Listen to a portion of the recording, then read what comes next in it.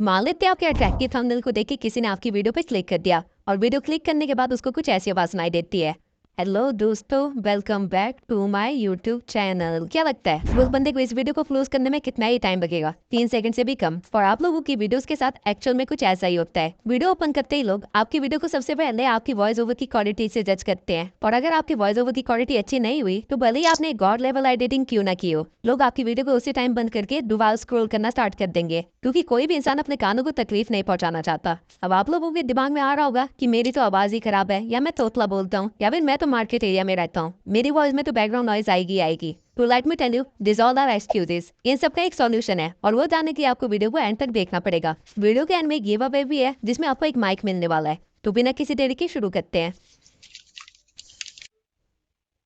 अब हम लोगों के पास एक प्रोफेशनल स्टूडियो तो है नहीं जहां हम जाके अपनी वॉइस को रिकॉर्ड कर सके, इसलिए हमारी वॉइस में कई बार एको भी आता है, कई बार बैकग्राउंड नॉइज भी होता है। लेकिन इन दोनों चीजों को एलिमिनेट किया जा सकता है। एको बेसिकली तब आती है जब आपके रूम में काफी ज्यादा खाली स्पेस हो, जहाँ पे आपकी आवाज टकरा के रिफ्लेक्ट बैक होती है, जिसकी वजह से आपकी आवाज कुछ इस तरह की हो जाती है। तो कैसी लगी मेरी आवाज? अब आप में से हर कोई अपनी वॉइस एक अलग जगह पे रिकॉर्ड करता है, तो एको को टैकल करने के लिए आपको अपनी जगह पे बस साउंड एब्जॉर्बर्स लगवाने पड़ेंगे। अगर आपका रूम बड़ा है और खाली है तो उसमें कर्टेन्स लगा दीजिए, और आसपास जितने हो सकते हैं उतने कपड़े फैला दीजिए, या फिर अपने रूम में सामान भर लीजिए जिससे आपका रूम खाली ना रहे। रूम जितना भरा हुआ होगा उसमें उतनी ही कम आवाज रिफ्लेक्ट बैक होगी, और आपकी वॉइस में एको उतना ही कम होगा। और अगर आप एक प्रोफेशनल स्टूडियो बनाने का सोच रहे हैं तो आप ये अकाउस्टिक साउंड पैनल्स भी इस्तेमाल कर सकते हैं, जिससे आपकी वीडियोस काफी ज्यादा प्रोफेशनल भी लगेगी और आपकी आवाज एको भी नहीं होगी। आप जहाँ पे भी खड़े हो कि अपनी वॉइस रिकॉर्ड करने वाले हो, उसके सामने वाली दीवार पे आपको ये साउंड पैनल्स लगाने हैं, और आपके आसपास जो भी दीवार या दरवाजा हो उस पे ये साउंड पैनल्स लगा देना, ताकि आपकी आवाज रिफ्लेक्ट बैक ना कर पाए। इसके सिवाय अगर आपको एक सस्ता जुगाड़ चाहिए स्टूडियो का, तो आप क्या कर सकते हैं कि आप अपनी अलमारी को खोल सकते हैं और वहाँ पे खड़े होकर अपनी वॉइस रिकॉर्ड करना स्टार्ट कर सकते हैं। अलमारी के अंदर कपड़े भरे हुए होंगे तो as a sound absorber work करेंगे, और अलमारी की स्पेस कम होगी तो वहाँ पे रिफ्लेक्ट करने के लिए ज्यादा एरिया मिलेगा ही नहीं। अब आवाज से एको रिमूव करने के बाद एक प्रॉब्लम जो आप सबसे ज्यादा फेस करोगे वो है बैकग्राउंड नॉइज। अब बैकग्राउंड नॉइज एक ऐसा फैक्टर है जो कि हमारे कंट्रोल में नहीं है, और अगर आप मेरी तरह एक मार्केट प्लेस में रहते हो तो आपके लिए एक नाइटमेयर से कम नहीं होगा। लेकिन ऑब्वियसली हम इसकी वजह से अपनी वीडियो की क्वालिटी कम तो नहीं होने देंगे। तो आपको करना क्या है, आपको ट्राई करना है कि जितना हो सके उतना आप बैकग्राउंड नॉइज को ब्लॉक कर सके। आप जिस भी रूम में रिकॉर्डिंग करते हैं आपको उस रूम के सारे खिड़की दरवाजे बंद कर देने हैं, और खिड़की दरवाजों पे आपको कर्टेन्स लगा देने हैं। और इसके सिवाय जो दूसरा तरीका है वो ये है कि आप अपनी वॉइस को या तो लेट नाइट को रिकॉर्ड करो या फिर अर्ली मॉर्निंग को रिकॉर्ड करो, क्योंकि इस टाइम पे मैक्सिमम लोग सो रहे होंगे और मार्केट में भी ज्यादा नॉइज नहीं होती है, तो आपकी वॉइस काफी ज्यादा क्लियर भी आएगी। बट आई नो ये सारे तरीके फॉलो करने के बाद भी आपकी वॉइस में कुछ ना कुछ बैकग्राउंड नॉइज तो रह ही जाएगा, तो उसको हम एडिटिंग के टाइम पे कवर करेंगे।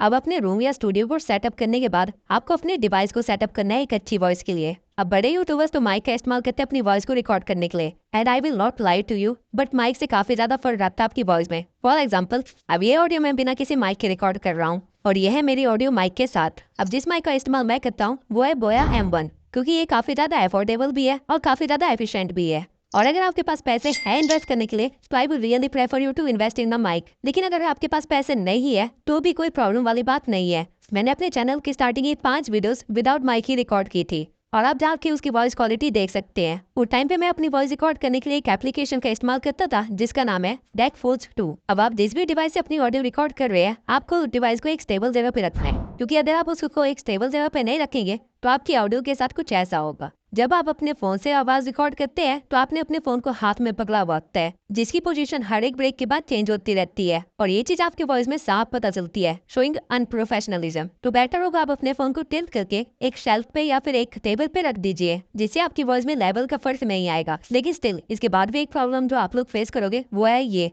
जैसे आपने मेरी आवाज में अभी एयर को सुना, ठीक वैसे ही आपकी वॉइस ओवर में भी काफी ज्यादा फूक की आवाज आती है। तो आप इस चीज से छुटकारा कैसे पाएं? नॉर्मली जब भी आप एस या एफ वाले वर्ड बोल रहे होते हैं तो आपके मुंह से हवा भी निकलती है, जो कि आपका माइक रिकॉर्ड कर लेगा, क्योंकि आप अपने माइक के काफी करीब रह के वॉइस ओवर रिकॉर्ड कर रहे होंगे। तो अब इससे बचने के सिर्फ 2 ही तरीके हैं। पहला, या तो आप अपने फोन को इस तरह टिल्ट करके रखो कि वो डायरेक्टली आपके माउस से आवाज को कैप्चर करने की जगह नीचे से आवाज को कैप्चर करे, इससे आपके वॉइस ओवर में फूक वाला एलिमेंट नहीं आएगा। और दूसरा तरीका ये है कि आप थोड़े से पैसे खर्च करके एक माइक कवर खरीद लो, जो कि एज ए फिल्टर काम करेगा आपके वॉइस ओवर के लिए, और आपके मुंह से फूक वाली आवाज बिल्कुल भी कैप्चर नहीं होगी। लेकिन अगर आप पैसे खर्च नहीं करना चाहते हैं तो एक बहुत ही सस्ता जुगाड़ है। आपको सर्दी में पहनने वाले सॉक्स को लेना है और उससे अपने फोन के माइक को कवर कर लेना है। और उसके बाद अपनी रिकॉर्डिंग स्टार्ट करनी है। ये भी बिल्कुल सेम काम ही करेगा और बिना पैसे खर्च हुए आप अपनी आवाज से फूक वाला एलिमेंट गायब भी कर लोगे। अब एको, बैकग्राउंड नॉइज, वॉल्यूम के लेवल और एयर को कंट्रोल करने के बाद जिस चीज का आपको ध्यान रखना है वो है आपका पोस्चर। अब रूम और अपने डिवाइसेस को सेट करने के बाद आपको उस चीज को सेट करना है जो कि आपका वॉइस जनरेटर है, और वो और कोई नहीं, आप खुद ही हो। अब अगर वॉइस आपके गले से जनरेट हो रही है तो ऑब्वियस सी बात है कि वॉइस को सेट करने के लिए आपको खुद को भी सेट करना पड़ेगा। अब मैं ये नहीं कह रहा कि आपको दूल्हे राजा बन के तैयार होना है, बल्कि मैं कह रहा हूँ कि खड़े होकर अपनी वॉइस को रिकॉर्ड कीजिए। अगर आप बैठ के अपनी वॉइस को रिकॉर्ड करते हैं तो आपका शोल्डर एरिया आगे की तरफ टिल्टेड होता है और आपका चेस्ट कंप्रेस्ड होता है, जिसकी वजह से आपकी आवाज दबी दबी सी आती है। वही अगर आप खड़े होके अपनी स्पाइन को सीधा रखने के बाद एक लंबी सांस ले और फिर अपनी वॉइस रिकॉर्डिंग स्टार्ट करे तो आपकी वॉइस में काफी ज्यादा फर्क आएगा, क्योंकि आपके शोल्डर सीधे हो चुके होंगे, आपका चेस्ट एरिया इंक्रीज हो चुका होगा और आपकी वॉइस में एक डेप्थ फील होगी। इसके सिवाय अगर आप चाहते हैं कि आपकी वॉइस में ट्रेबल ज्यादा है, यानी आपकी वॉइस ज्यादा क्रिस्पी लगे, तो आपको अपनी वॉइस तब रिकॉर्ड करनी चाहिए जब आप जस्ट सो के उठ रही हो, क्योंकि उस टाइम पे आपकी आवाज काफी ज्यादा डीप होती है और ट्रेवल उसमें काफी ज्यादा होता है। और यही रीजन है कि लड़कियों को स्लीपी वॉइस पसंद आती है। सिगरेट पे रख लो। इसके सिवाय आप खाना खाने से पहले अपनी वॉइस रिकॉर्ड कर रहे हो या फिर खाना खाने के बाद अपनी वॉइस रिकॉर्ड कर रहे हो, ये भी एक बहुत ही इंपॉर्टेंट फैक्टर है, क्योंकि जब खाना खाने के बाद आप अपनी वॉइस रिकॉर्ड करते हो तो आपका स्टमक एरिया भरा हुआ होता है, तो जो वॉइस जनरेट होती है वो आपके नाक से होती है, जो कि तीखे टाइप की होती है। आपने बड़े बुजुर्गों को तो बोलते हुए सुना ही होगा कि ये अपनी नाक से बोलता है, और इस तरह के लोगों को काफी ज्यादा एग्रेसिव भी माना जाता है क्योंकि इनकी आवाजें तीखी होती है। ह्यूमन वॉइस एक बहुत ही ज्यादा ऑर्गेनाइज सिस्टम है जो कि आपके एब्डोमिनल रीजन से लेके आपके नाक तक के सारे ऑर्गन का इस्तेमाल करती है। अगर आप सही तरीके से प्रैक्टिस करें तो इवन आप अपनी वॉइस को चेंज भी कर सकते हैं, लेकिन ये इस वीडियो का टॉपिक नहीं है। तो आपको बस इतना ध्यान रखना है कि आप खड़े होके अपनी स्पाइन को सीधा करके एक लंबी सांस लेने के बाद अपनी वॉइस को रिकॉर्ड करें, और अगर आप अपनी वॉइस में थोड़ा सा स्पाइस अप देना चाहते हो तो सोने के बाद अपनी वॉइस को रिकॉर्ड करना। ये सब के अलावा जब आप अपनी वॉइस को रिकॉर्ड कर रहे हो तो बीच बीच में पानी पीते रहना, वरना आपकी आवाज काफी ज्यादा ड्राई लगेगी, यानी कि आपकी वॉइस में एनर्जी कम होते हुए फील होगी। अब हमने सेटअप करने वाली जितनी भी चीजें थी वो सारी तो सेटअप कर ले, लेकिन अब आपको जिस चीज पे काम करना है वो है आपका वे ऑफ कम्युनिकेशन। क्या आपको पता है कि जब आप अपनी नॉर्मल लाइफ में बात कर रहे होते हो तो आप अनजाने में ही 3 ऐसे फैक्टर्स का इस्तेमाल करते हो जो कि आप वॉइस ओवर के टाइम भूल ही जाते हो। अगर सोचिए मेरी वीडियो कुछ इस तरह के साउंड करती तो क्या आप लोग मेरी वीडियो देखते? ऑब्वियस आंसर है नहीं। आप लोगों को कुछ सेकंड बाद ही नींद आने लग जाती। और वहीं अगर बाय चांस मेरी ऑडियो कुछ इस तरह साउंड करने लग जाए कि बहुत ही तेज हो, तब भी आप मेरी वीडियो को नहीं देखोगे, क्योंकि आपको कुछ समझ ही नहीं आएगा। वॉइस ओवर के दौरान आप लोग नर्वस हो जाने के कारण या तो बहुत तेज बोलने लगते हो या फिर बहुत ही धीरे बोलने लगते हो, जिससे आपकी वॉइस ओवर की क्वालिटी बिल्कुल ही खराब हो जाती है। तो ये चीज को आप सुधार सकते हो अगर आप ये एज्यूम करो कि आप सामने किसी बंदे से बात कर रहे हो। ऐसा करने के बाद आप अपने नॉर्मल पेस में बोलने लग जाओगे। अगर आप अज्यूम कर लेते हो कि आपका माइक एक रियल पर्सन है जिसे आप कुछ समझा रहे हो या फिर जिससे आप बात कर रहे हो, तो आपकी पेस ऑटोमेटिकली ही ठीक हो जाएगी। आपको इस पे ज्यादा मेहनत नहीं करनी पड़ेगी, लेकिन ऑब्वियसली ये चीज आप प्रैक्टिस के बाद ही सीख पाओगे।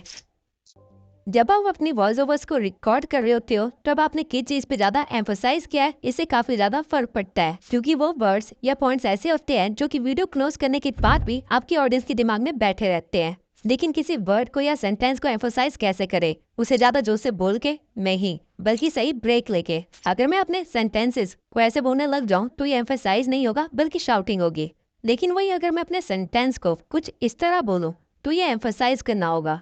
अब जैसा कि आपने नोटिस किया, मैंने अपनी आवाज को ऊंचा नहीं किया बल्कि अपने वर्ड्स से पहले थोड़ा ब्रेक लिया और अपने वर्ड्स को भी थोड़ा स्ट्रेच कर दिया, जिससे आपकी वॉइस ओवर में एक डेप्थ वाली फीलिंग आती है। और लंबे ब्रेक लेने का मतलब ये नहीं होता कि आप कुछ बोलो और फिर इस तरह से स्टार्ट करो, बल्कि लंबे ब्रेक्स लेने का मतलब ये होता है कि आप कैजुअली वर्ड्स के बीच में जितना गैप रखते हैं उससे थोड़ा सा ज्यादा गैप रखना है। अब ये चीज आप टाइम के साथ प्रैक्टिस करते करते ही सीख पाएंगे। सोचो अगर वीडियो कुछ इस तरह चले जहाँ पे पेस भी ठीक है, वर्ड्स को एम्फोसाइज भी कर रहे हैं, तो क्या मजा आएगा? वही सोचो अगर वीडियो को कुछ इस तरह रिकॉर्ड किया जाए जहाँ पे पेस भी ठीक है, वर्ड को एम्फोसाइज भी किया जा रहा है और थोड़े बहुत इमोशंस भी है, तो क्या मजा आएगा? बिल्कुल आएगा। बस आपको भी अपनी वॉइस ओवर में यही करना है। बजाय एक नॉर्मल स्क्रिप्ट को पढ़ के उसे रिकॉर्ड करने की जगह उसको इस तरह बोलो जैसे कि आप एक स्टोरी सुना रहे हो, तब आपकी वॉइस ओवर में इमोशंस भी इन्वॉल्व हो जाएंगे और इससे आपका वॉइस ओवर 10x बेटर हो जाएगा। 90% यूट्यूबर्स यही करते हैं कि वो स्क्रिप्ट पढ़ रहे होते हैं, जिसकी वजह से उनकी आवाज बिल्कुल एक नॉर्मल टोन में चल रही होती है और वो कुछ मिनट्स के बाद बहुत ही ज्यादा बोरिंग लगने लगती है। वही अगर आपकी आवाज कभी ऊपर हो रही है, कभी नीचे हो रही है, कभी एक्साइटमेंट के साथ आ रही है, कभी क्यूरियोसिटी हो रही है, तो सोचो आपकी वीडियो कितनी बेटर बनेगी। अब हो सकता है ये आपको थोड़ा बहुत ड्रामेटिक लगे, लेकिन यही चीजें आपकी ऑडियंस को आपकी वीडियो पे बनाए रखती है। आपको बस इसको ज्यादा नहीं करना है, लेकिन थोड़ा इस वे में करना है कि क्यूरियोसिटी दिखा पाओ, इमोशंस दिखा पाओ, जैसे कि मैं अभी कर रहा हूँ। अब अभी तक मैंने आपको जितने भी पॉइंट्स बताए वो सारे आपकी वॉइस रिकॉर्ड करने के लिए थे और ये सिर्फ 50% ही काम था। अब बचा हुआ 50% करेंगे हम एडिटिंग। अब अगर आप एक फोन यूजर है तो मैं आपको सजेस्ट करूंगा कि लेक्सिस ऑडियो एडिटर को डाउनलोड कर लीजिए, और अगर आप एक पीसी यूजर है तो मैं आपको सजेस्ट करूंगा कि आप ऑडेसिटी को डाउनलोड कर लीजिए। ये दोनों ही काफी इजी टू यूज है और काफी ज्यादा एफिशिएंट भी है। लेक्सिस ऑडियो एडिटर को इंस्टॉल करने के बाद आप अपनी ऑडियो को यहाँ से इंपोर्ट कर सकते हैं और फिर यहाँ पे 3 डॉट्स को क्लिक करने के बाद आपको इफेक्ट्स में चले जाना है, जहाँ पे आपको कई सारे इफेक्ट्स मिल जाएंगे जो आप अपनी वॉइस ओवर में दे सकते हैं। आपको ऑडेसिटी में ये फीचर यहाँ पे मिलेगा। अब मैं सारे इफेक्ट्स के बारे में तो बात नहीं करूंगा, लेकिन जो इफेक्ट्स आप बार बार यूज करोगे और जो आपकी वॉइस ओवर के लिए एक्चुअल में जरूरी है, मैं उनको एक्सप्लेन कर देता हूँ। सबसे पहला है हमारे पास नॉर्मलाइज, जिससे अगर आपकी वॉइस ओवर की वॉल्यूम बहुत ही ज्यादा है तो उसे आप कम कर सकते हैं, जैसा कि आप देख सकते हैं कि ये स्पाइक्स कितने ज्यादा कम हो गए हैं। तो उसके बाद है हमारे पास पिच। अगर आप एक टीनेजर है या फिर एक बच्चे हैं और आप चाहते हैं कि आपकी वॉइस ओवर में थोड़ा सा दम लगे, तो आप अपनी पिच वाली स्लाइड को इस साइड को ड्रैग कर सकते हैं। अब इस चीज को ज्यादा मत करना, वरना आपकी वॉइस ही खराब हो जाएगी। वही अगर आपकी वॉइस को ज्यादा ही डीप है या फिर कुछ ज्यादा ही गहरी है, तो इस स्लाइडर को आप राइट साइड को ड्रैग कर सकते हो, जिससे आपकी वॉइस में थोड़ा सा कार्टूनिश या बच्चों वाला इफेक्ट आ जाता है। अगेन इसको ज्यादा ड्रैग नहीं करना है, वरना वॉइस खराब हो जाएगी। ये आप अपनी वॉइस के अकॉर्डिंग देख सकते हैं। पिच के बाद है हमारे पास नॉइज रिडक्शन। अब वीडियो के स्टार्टिंग में मैंने जो सारे टेक्स्ट बताए थे और जिसके बाद हमारे पास फिर भी बैकग्राउंड नॉइज बच रही थी, उसको आप यहाँ से रिमूव कर सकते हैं। जितना ज्यादा आप थ्रेशोल्ड को बढ़ाएंगे उतना ज्यादा ही वो बैकग्राउंड नॉइज को दबाएगा, लेकिन मेक श्योर ये भी अगेन ज्यादा मत करना, वरना वो आपकी वॉइस को भी कट करने लग जाएगा। उसके बाद है हमारे पास इक्वलाइजर एंड एम्पलीफायर। अब ये ग्राफ आपकी वॉइस के बेस एंड ट्रेवल को शो करता है। लेफ्ट साइड वाले जितने भी स्लाइडर्स है वो सारे आपके बेस को कंट्रोल करते हैं और राइट साइड वाले जितने भी है वो आपके ट्रेवल को कंट्रोल करते हैं। अब आप अपनी वॉइस के अकॉर्डिंग देख सकते हैं कि आपको बेस बढ़ाना है या ट्रेवल। अगर आप चाहते हैं कि आपकी वॉइस क्रिस्पी आए तो आप अपने ट्रेवल को बढ़ा सकते हैं। वहीं अगर आपको लगता है कि आपकी वॉइस ऑलरेडी काफी तीखी है तो आप अपने वॉइस में बेस को बढ़ा सकते हैं। अब ये टोटली आपके ऊपर है कि आपकी वॉइस कैसी है और आपको किस चीज को बढ़ाना है या कम करना है। अब इसके साथ आप आराम से एक्सपेरिमेंट कर सकते हैं और एक पूरा दिन लगा सकते हैं अपनी वॉइस को अच्छे से जानने के लिए, क्योंकि ये चीज आपको फ्यूचर में बहुत काम आएगी। अब इसके सिवा यहाँ पे और कई सारे इफेक्ट्स हैं जिनको आप एक्सप्लोर कर सकते हैं, लेकिन इनकी जरूरत आपको नहीं पड़ेगी या फिर बहुत ही क्लियरली पड़ेगी, तो ये टोटली आपके ऊपर है। अब अगर आप इन सभी एडिटिंग के झंझट से बचना चाहते हैं और अपनी वॉइस ओवर को डायरेक्टली एक प्रोफेशनल वॉइस ओवर बनाना चाहते हैं, तो आपको बस अपनी वॉइस ओवर को डाउनलोड कर लेना है और उसके बाद आ जाना है एडोबी पॉडकास्ट पे।